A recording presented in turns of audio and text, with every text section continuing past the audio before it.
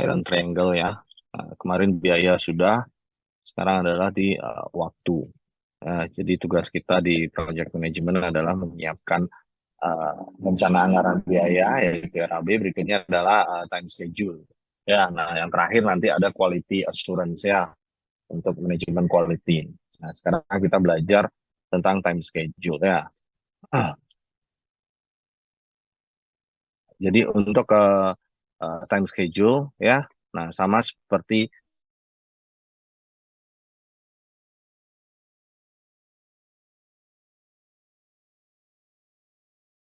pekerjaan atau aktivitas. Jadi kita tidak akan membuat time schedule langsung satu proyek bangunan berapa waktunya, enggak, tapi kita fokus kepada WBS. Ya, kembali kita akan menghitung WBS. Jadi apapun ininya sumbernya adalah selalu WBS. Ya, jadi fokus kepada masing-masing pekerjaan. Misalnya pekerjaan galian berapa lama waktunya, ya, pekerjaan pasangan batu kali berapa waktunya. Jadi kita fokus kepada pekerjaan-pekerjaan. Nah, ya.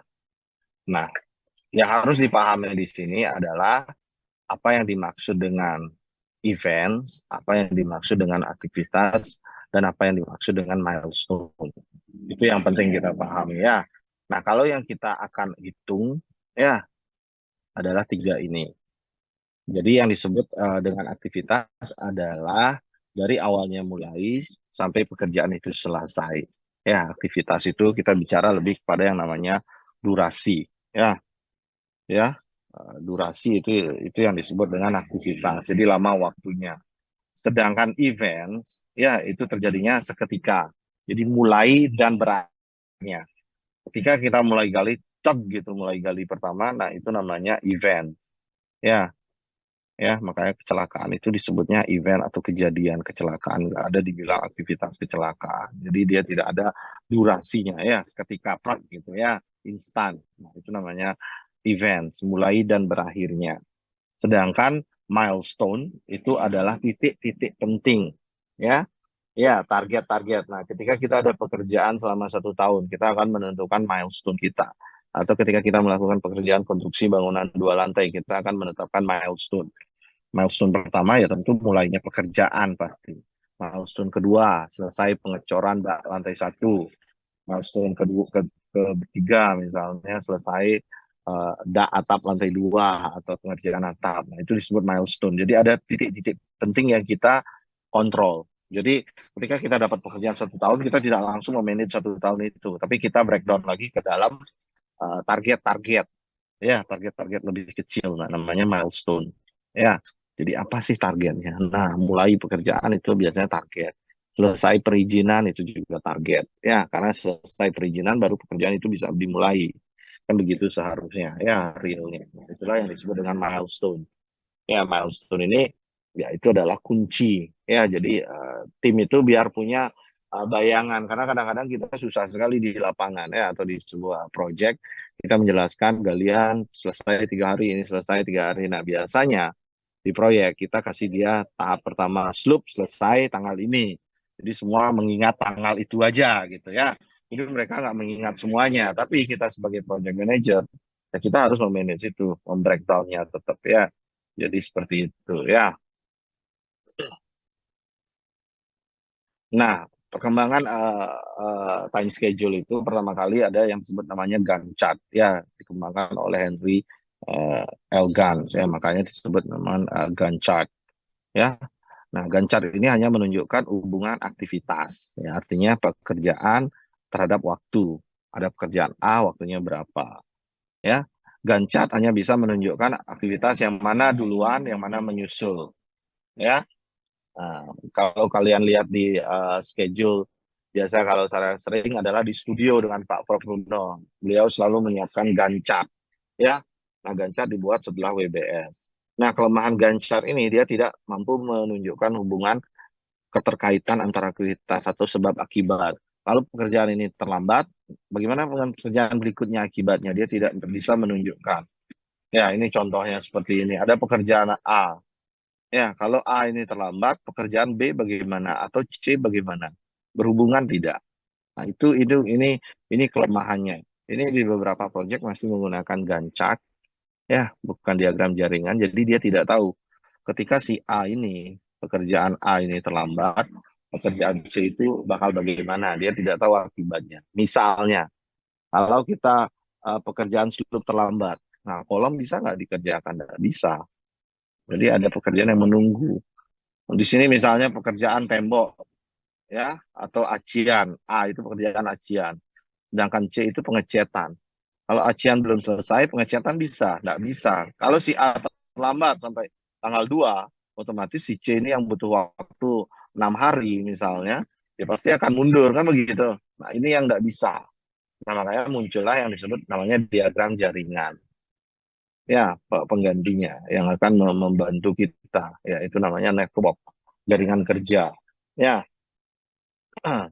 nah untuk membuat network ini, ya, walaupun nanti pada akhirnya nanti kita di praktek, kita tidak akan menerapkan ini karena ini sebenarnya di strata 2 ya, di S2 ya, tapi saya hanya ingin memberikan bayangan bahwa di dalam sebuah pekerjaan atau di sebuah proyek itu akan banyak sekali aktivitas atau pekerjaan yang terkait atau dependen dengan pekerjaan yang lainnya. Jadi nggak bisa dia serta-merta bebas begitu saja ya. Ini terlambat, kerjaan berikutnya bebas saja kan gitu ya. Ya, misalnya kalau kamu mau berangkat sekolah, kamu mandi yang butuh waktu 10 menit, tapi disalip sama orang tua, kan otomatis waktu berangkat ke kampusnya pasti akan mundur dong. Ya gitu logikanya, kan begitu. Kan nggak bisa. Nah, itu jeleknya gancap. Dia hanya berupa batang aja. Dia hanya menunjukkan aktivitas A dikerjakan tanggal 1 sampai tanggal 5, nah, aktivitas B dikerjakan tanggal 6 sampai tanggal 10. Jadi dia tidak bisa menunjukkan kalau si A terlambat, si B bagaimana. Ya, nah, ya, untuk membuat ini dan memahami sebuah time schedule dengan baik, ya, yang perlu diperhatikan adalah yang pertama kalian harus memahami macam aktivitas yang ada di WBS ya.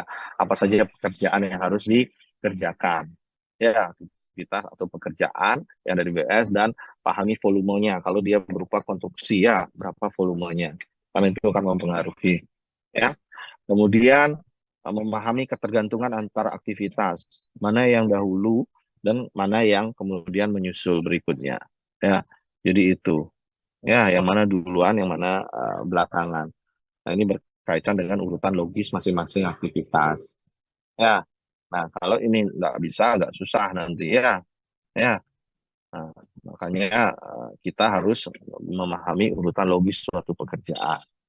Sama halnya kalau kembali berangkat ke kampus tadi, apa duluan mandi, habis mandi makan, atau makan dulu baru mandi, ya silakan kalian yang tahu urutan logisnya yang lebih baik. Ya, nah di pekerjaan konstruksi itu banyak sekali pekerjaan seperti ini. Ya, ya, urugan bisa dikerjakan sebelum galian, nggak bisa, gali dulu baru uruk kan begitu ya. Pasang fondasi baru uruk, baru peninggian ya. Nah itu, jadi pemahaman ini sangat penting sekali di dalam sebuah proyek konstruksi terutama ya. Kalau tidak nanti akan kebingungan kalian yang mana duluan, yang mana belakangan. Nah, makanya kemarin ketika buat WBS, saya juga menyarankan usahakan susun pekerjaan yang duluan taruh di awal. Jadi ini nyusunnya gampang jadinya. Jangan terlalu random sekali. Ya, nah, yang mana duluan, mana belakangan. Jadi susunannya biasanya kan dari persiapan, galian, kan gitu, pasangan fondasi gitu. Jangan baru mulai ngitung RAB, kerjaan atap gitu kan. Agak susah ya.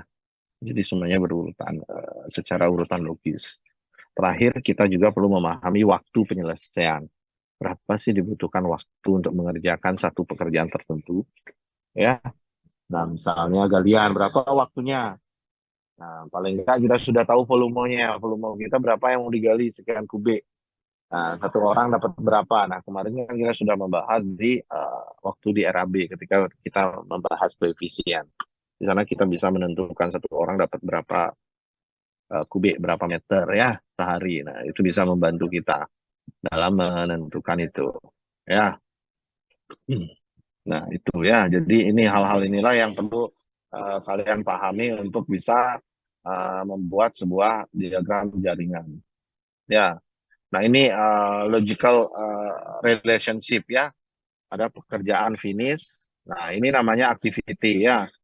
Nah, dari ujung ke sini ini adalah waktu activity. Ya, yang di depan ini disebut dengan hmm, startnya atau eventnya, event mulainya, event selesainya. Ya, nah ini hubungannya adalah finish to start. Kalau pekerjaan A selesai, pekerjaan B baru bisa mulai. Ya, nah, kemudian ini start to start. Nah, ini mulai berbarengan. Ya, nah, ada pekerjaan B, ada pekerjaan C, mulainya bersamaan. Itu disebut dengan start to start, samaan dia. Ya, ada pekerjaan dilakukan secara bersama-sama gitu. Di beberapa proyek juga ada pekerjaan seperti ini hubungannya. Ya, ya jadi B harus mulai, baru C bisa mulai juga gitu. Jadi ketergantungan dia. Kemudian ada juga yang pekerjaan ini finish, nah yang B juga baru bisa finish, selesai. Serah terima baru bisa dianggap sah ketika pemeriksaan dokumen serah terima selesai, gitu misalnya dalam proyek. Ya, start to finish. Nah, aktivitas B tidak bisa selesai sampai aktivitas A mulai, ini jarang ini. Urutan ini ya. Yang paling sering adalah di yang tadi finish to start. Ya, dan ada pekerjaan yang memang tidak tergantung sama sekali pekerjaan yang lainnya gitu. Ya, nah itu yang perlu dipahami. Kemudian ada lagi beberapa istilah ya di dalam sebuah membuat time schedule. Ada yang disebut dengan legs, ya, legs atau jeda, ya. Nah, legs atau jeda ini adalah delay, dia harus hadir setiap aktivitas. Misalnya pencairan cek atau chat misalnya, ya. Atau paling ekstrim kita di konstruksi, pembongkaran bagi ekstrim bisa dilakukan 21 hari setelah pengecoran. Ya, nggak bisa kita bongkar begistingnya deh. Ya, kalau belum 21 hari misalnya usianya. Ya, jadi nggak bisa mau dibayar berapa juga di time schedule itu nggak bisa kita bongkar itu. Ya, jadi harus nunggu. Ya, ya. Sama juga pengecoran apa rabatan harus nunggulah 24 jam baru bisa kita injak. Bisa kita ada aktivitas di atasnya. Nah, itu disebut dengan namanya jeda atau legs. Ya, ya, ada legs. Jadi harus ada ini. Jadi di dalam sebuah proyek kita harus memahami nih banyak nggak akan jeda gitu. Nah, banyak nggak jeda. Nah, ketika jeda apa yang harus kita lakukan gitu. Dan apa yang bisa dikerjakan. Nah, itu penting sekali memahami itu ya. Nah, jadi kalau tidak memahami itu kita nggak tahu. Bisa-bisa semua pekerjaan sudah dikerjakan, jadi semua menunggu nanti. Ya, menunggu jedanya ini kan nggak mungkin tukang dikembalikan 2 hari, 21 hari baru balik lagi bekerja. Nah, kita harus memikirkan apa yang bisa dikerjakan selama ada legs ini. Ya, ya jadi biasanya manajemen proyek yang pinter dia akan mengidentifikasi dari awal. Oh, ini akan ada jeda di sini, ada jeda di sini. Dia akan kerjakan dulu pekerjaan yang memiliki jeda itu, setelah itu baru mengerjakan yang lain. Jadi tidak kosong waktunya. Jadi pekerja dialokasikan dulu di pekerjaan yang memiliki jeda itu. Nah, setelah itu baru dipindah kembali ke pekerjaan yang lainnya gitu. Ya, misalnya ada proyek konstruksi, dia nggak bikin pagar kelilingnya dulu, konstruksinya dulu dikejar, selesai, cor beton, tinggal ngerjain pagar gitu. Jadi sudah dialokasikan pekerjaan apa setelah itu maksudnya. Ya, jadi tidak membuang waktu, ya, alokasi. Nah, ketika kita menghitung sebuah waktu, sebuah aktivitas, ya ini ada aturannya. Ya, durasi. Jadi ketika kamu menghitung suatu aktivitas, misalnya suatu pekerjaan, ya, ya, evaluasi, ya, walaupun dia tergantung sama pekerjaan yang satu dengan yang lainnya, ya, seperti saya bilang tadi, dia dihitung secara independen. Ya, dihitung independen artinya berdiri sendiri. Jadi tidak dipengaruhi oleh aktivitas lainnya.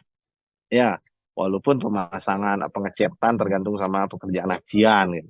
Tidak usah kita pikirkan acian, fokus ke pengecatan saja. Ya, nah, kemudian setiap aktivitas asumsi pemanfaatan sumber daya normal, jadi tidak secara berlebihan, sesuai koefisien. Ya, misalnya 2:1 ya normal itu kita hitung ya, jangan dihitung berlebihan. Ya, kita hitung secara normal. Kemudian asumsinya dihitung tanpa memanfaatkan lembur. Ya, jadi ketika buat time schedule kita menghitung sebuah aktivitas itu jangan masukkan lembur dulu. Ya, kita anggap waktu normal. Ya. Nah, berikutnya gunakan satuan waktunya yang konsisten. Nah, kita di Indonesia biasanya menggunakan hari ya kerja. Ya, berapa hari kerja. Ya, kalau di luar negeri masih pakai jam.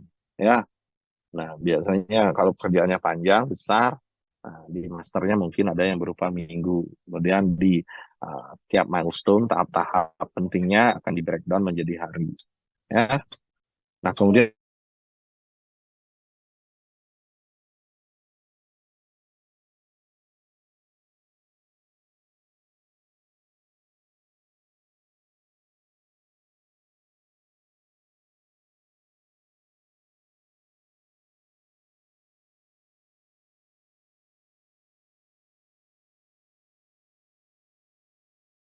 ya nanti kita akan asumsi di manajemen risiko. Ya, sebentar dulu deh, saya ngambil casan dulu ya.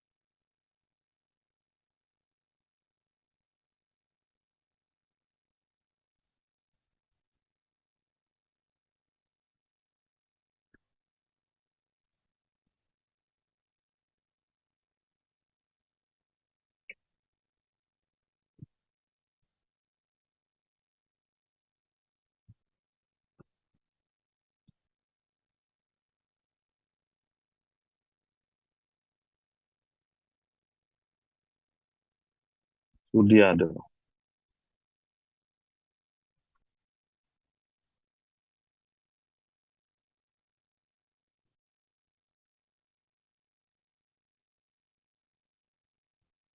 Halo Pak, 5250 nih. Iya, iya Pak, mungkin Pak. Iya, iya.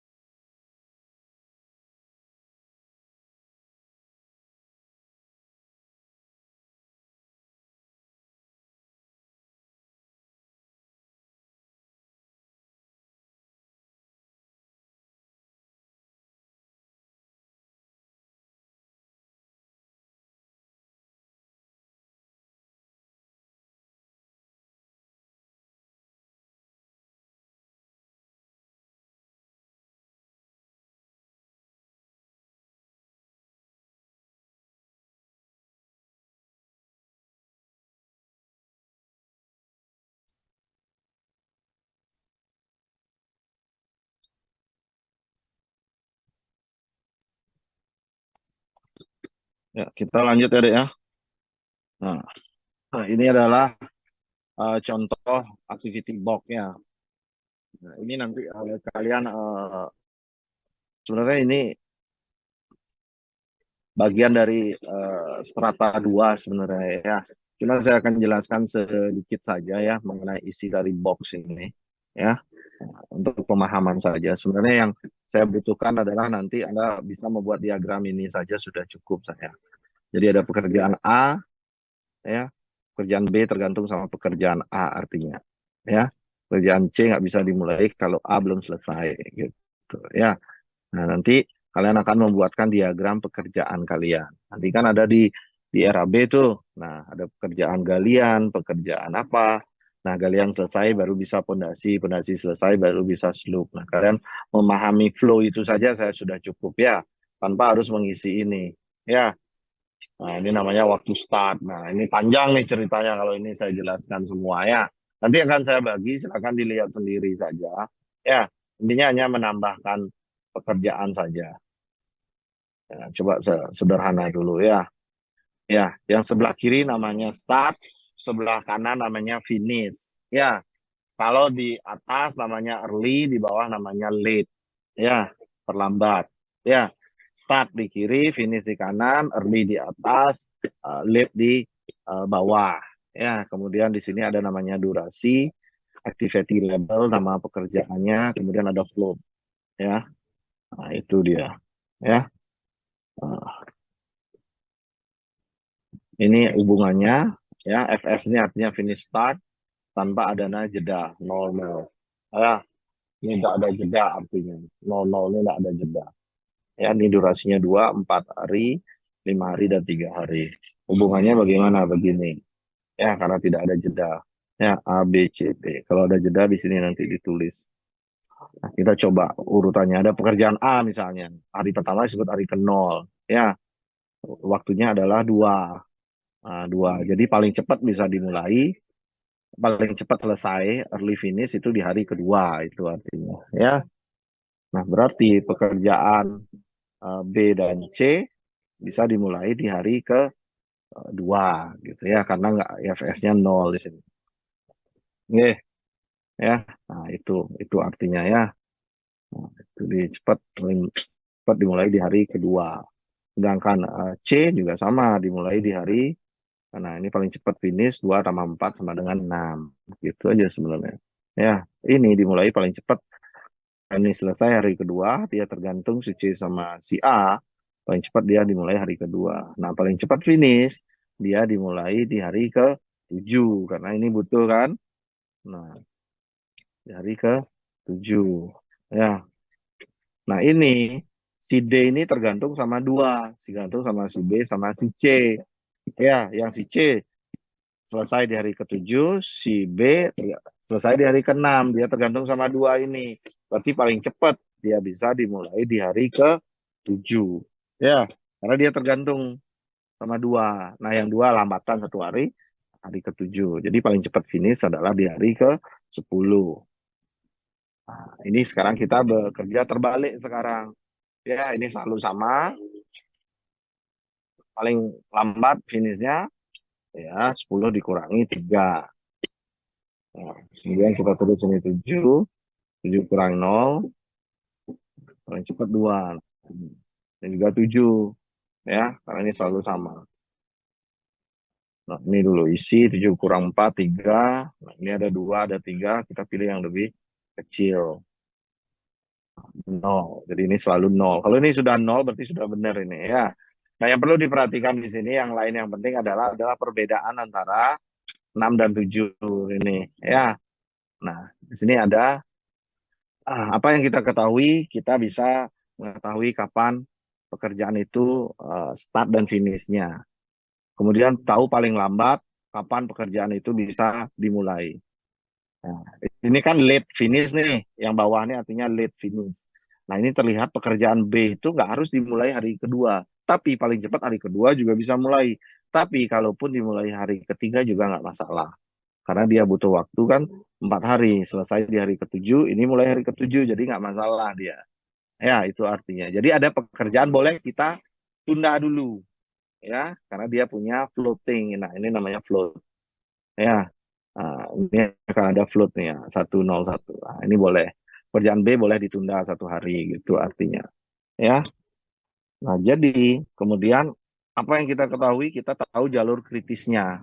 Jalur kritis adalah semua pekerjaan yang tidak memiliki nol. Tidak, ya, semua pekerjaan yang nol, sorry, yang tidak memiliki floating. Jadi ini namanya jalur kritis. Jadi kalau ada pekerjaan ini terlambat aja 1 hari, 10 hari ini pasti tidak akan tercapai, itu artinya. Ya, nah inilah pemahaman tentang diagramnya secara sederhana aja, nggak usah terlalu banyak. Nah, kalau ingin ahli di ini, kalian cuma tinggal memakai Microsoft Project. Nah, di Microsoft Project sudah memiliki hubungan seperti ini. Jadi sudah bisa memanfaatkan ini. Jadi ketika kalian menggunakan Microsoft Project, ada pekerjaan delay, update, dia akan terlihat otomatis waktu selesai tanggal finish project itu akan muncul tanggal baru. Kalau tidak mau, misalnya ini terlambat nih 1 hari, selesai hari ketiga. Satu-satunya cara, ini nggak boleh selesai 5 hari, ini harus jadi 4 hari. 4 tambah 2 masih dia. Karena ini finishnya 3, ini mulai 3. Nah, 3 tambah 5 jadi 8. Nah, ini sedangkan harus 7 tetap. Nah, ini harus dipercepat. Pekerjaan inilah yang harus dipercepat. Makanya jalur kritis lah yang harus kita jaga. Ya, itu disebut dengan critical path. Kalau tidak memahami ini agak susah. Ya, di project.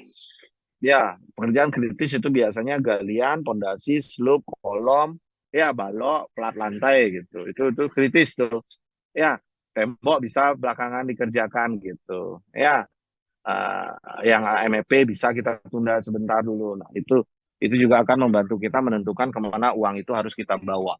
Jadi segala sumber daya yang kita punya harus kita fokuskan kepada critical path ya ke kita ketika kita memanage sebuah pekerjaan atau proyek. Jadi kalau ini tidak di manage dengan baik, critical path, pekerjaan kamu pasti akan terlambat. Ya, maka di proyek itu yang nggak boleh di kalian yang mulai harus galian segera patok, pasang setting out, harus mulai setting out, langsung gali, langsung pasang fondasi, jangan diperlambat pekerjaan itu. Ya, jadi kita harus memahami ini yang urgent, ini yang banyak tergantung sama pekerjaan yang lainnya. Ya, jadi durasinya itu harus kita jaga. Ada pekerjaan-pekerjaan kusen itu ya dia masih lepasan. Ya, bahkan bisa kita mulai lebih awal pun nggak apa-apa, yang ada vendor lain gitu. Ya, nah yang critical path inilah yang harus betul-betul kita jaga. Ya, nah membantunya membuat diagram ini yang saya bilang, makanya di awal itu saya hanya ingin Anda bisa pahami diagram aja lah, pekerjaan A, B, C, D. Nah ini, nah kamu akan tahu tuh nanti jalur pekerjaanmu kemana ini. Ya, nah ini memahami pekerjaan yang ketergantungan nggak sama pekerjaan lain gitu. Ya, jadi ada pekerjaan tidak tergantung gitu, tidak terlalu tergantung gitu. Jadi kamu akan tahu jalurmu. Jadi ketika tahu critical path, kita akan membuat atau menggunakan energi kita lebih banyak fokus di pekerjaan itu. Karena pekerjaan itu nggak boleh terlambat. Begitu itu terlambat, pekerjaan berikutnya itu harus dipercepat. Sama saya kasih contoh tadi. Ya, nah, seperti saya kasih contoh tadi. Ya, begitu ada satu terlambat, ya. Nah ini kan sayangnya kan critical path-nya ini kan baru 3 pekerjaan saja. Ya, ya, ya. Nah, kan baru 3 pekerjaan saja. Nah, bayangkan ini ada 30, 50 critical path. Ya, jadi ketika pekerjaan ketiga sudah terlambat, keempat segera lembur. Kejar lagi. Biar durasinya dia tetap kembali ke angka ini. Sehingga belakangan tetap dia smooth. Ya, paham maksudnya ya? Nah, itu jalur yang penting. Ya, kalau jalur itu kamu tidak manage dengan baik, malahan ketika buat bangunan, fokus ngurusin pasangan batako, kusennya, struktur yang utamanya tidak dipikirkan, ya pasti terlambat pekerjaan itu. Makanya kalau kalian lihat di proyek, begitu mulai proyek strukturnya dikejar dulu, digenjot sehabis-habisnya, gitu loh ya.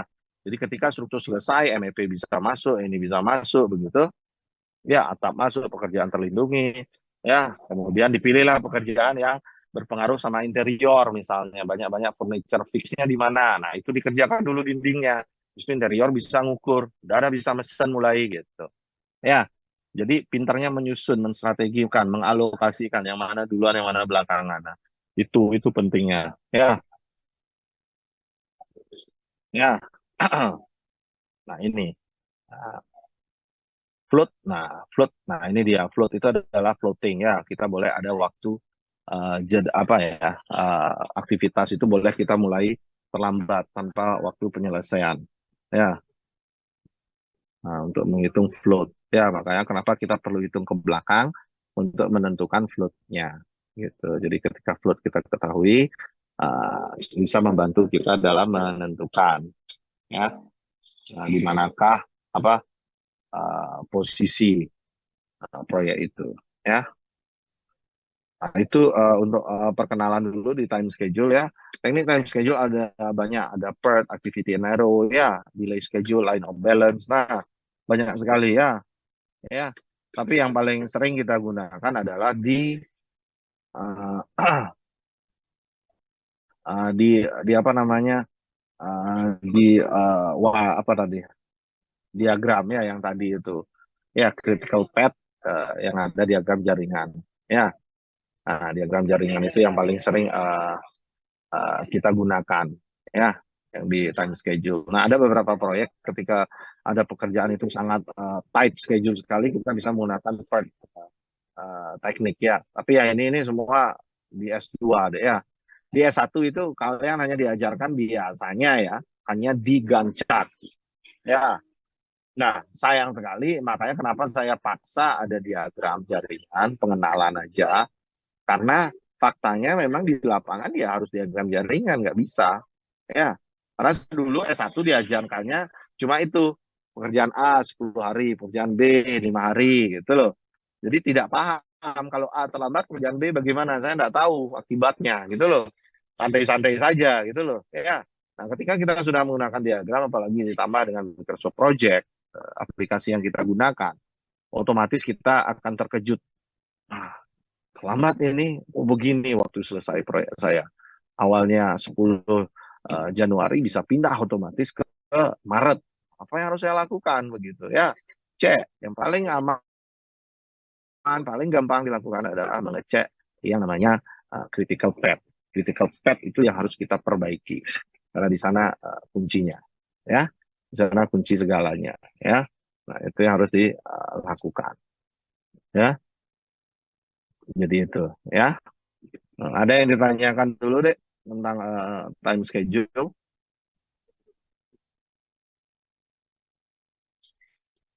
Saya tanya dulu ya, ini A1 NIM 053, apa itu lag deh?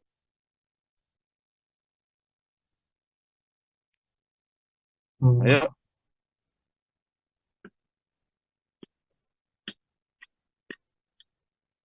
silakan deh.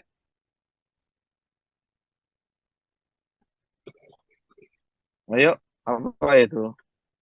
Apa itu lag? Atau apa itu lag deh? Apa artinya lag? Tuh, biar saya nggak dari tadi jelasin nih, nggak didengeran belum gitu loh. Nggak tahu? Silakan deh, Anda dengar nggak tadi? ah, Halo? i- Gimana?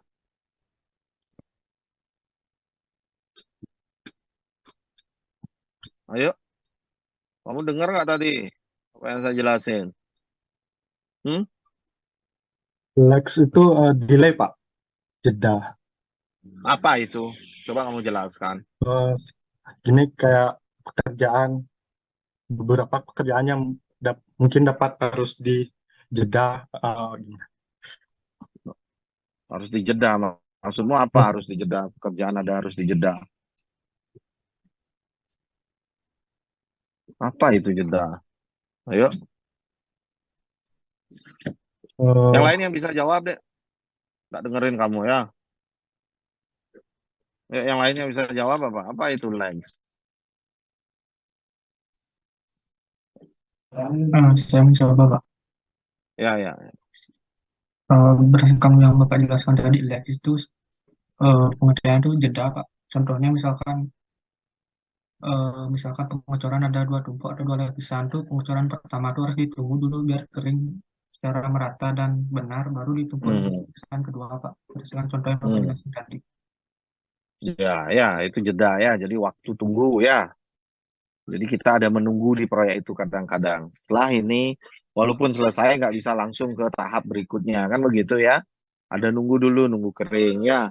Ada mau bongkar BGC nggak bisa langsung dibongkar. Kalaupun ternyata di lantai satu mau masang tembok nggak bisa, harus tunggu beton di atas kering. Makanya orang kerja ke atas dulu atau nggak ke tembok keliling gitu ya. Karena dia nggak bisa lanjut langsung dulu gitu loh. Harus nunggu dulu ya. Karena dipengaruhi oleh ya itu tadi ya waktu tunggu ya. Hmm. Kemudian floating. Coba NIM 168.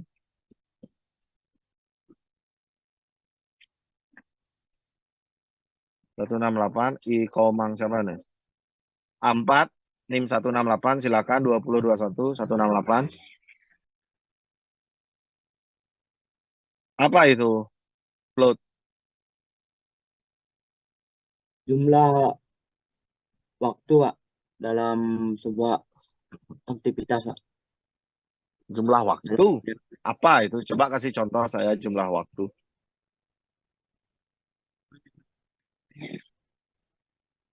Eh, Hah? Apa? Contohnya apa?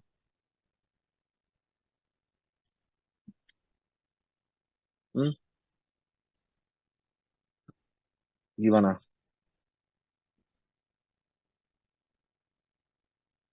Tapi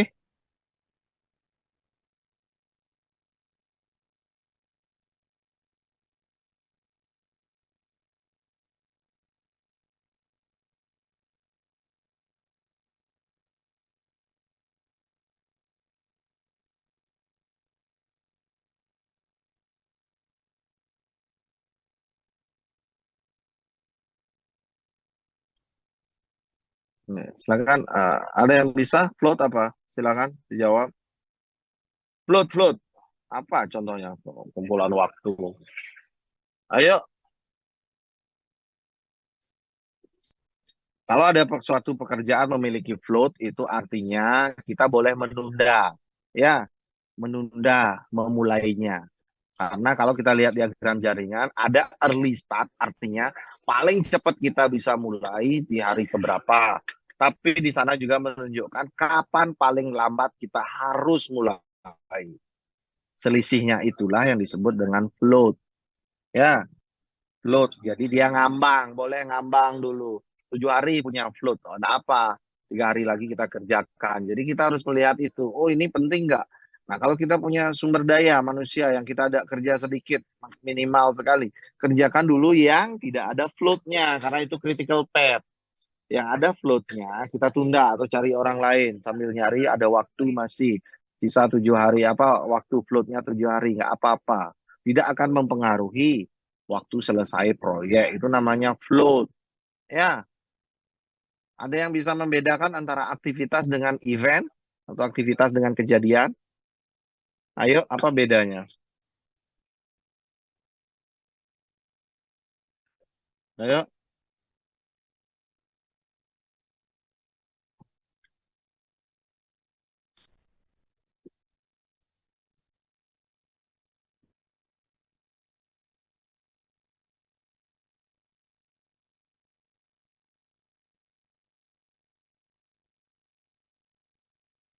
ayo, ada yang bisa nggak membedakan? Nah, gimana mau time schedule? Event aja nggak tahu, kejadian aja nggak tahu, gimana caranya? Event nggak tahu, aktivitas nggak tahu. Aktivitas itu proses, satu pekerjaan, kan begitu tadi ya. Berarti nggak ada yang mendengarkan ini. Ya, ya, ya sudah, tapi nggak masalah. Terserah, kan ini urusan masing-masing ya. Mau mendengarkan atau tidak, ya yang penting saya sudah mengajarkan ya. Nah, jadi yang namanya aktivitas itu adalah suatu kegiatan. Ada waktu mulai sampai akhir, ada waktunya. Aktivitas belajar, durasinya 3 jam. Ya, event itu adalah mulai belajarnya saat masuk kelas, masuk mulai ngomong pertama dosennya itu mulainya, berakhir ketika menyampaikan kelas sudah berakhir hari ini. Itu namanya kejadian berakhirnya. gitu. Ya, itu saja.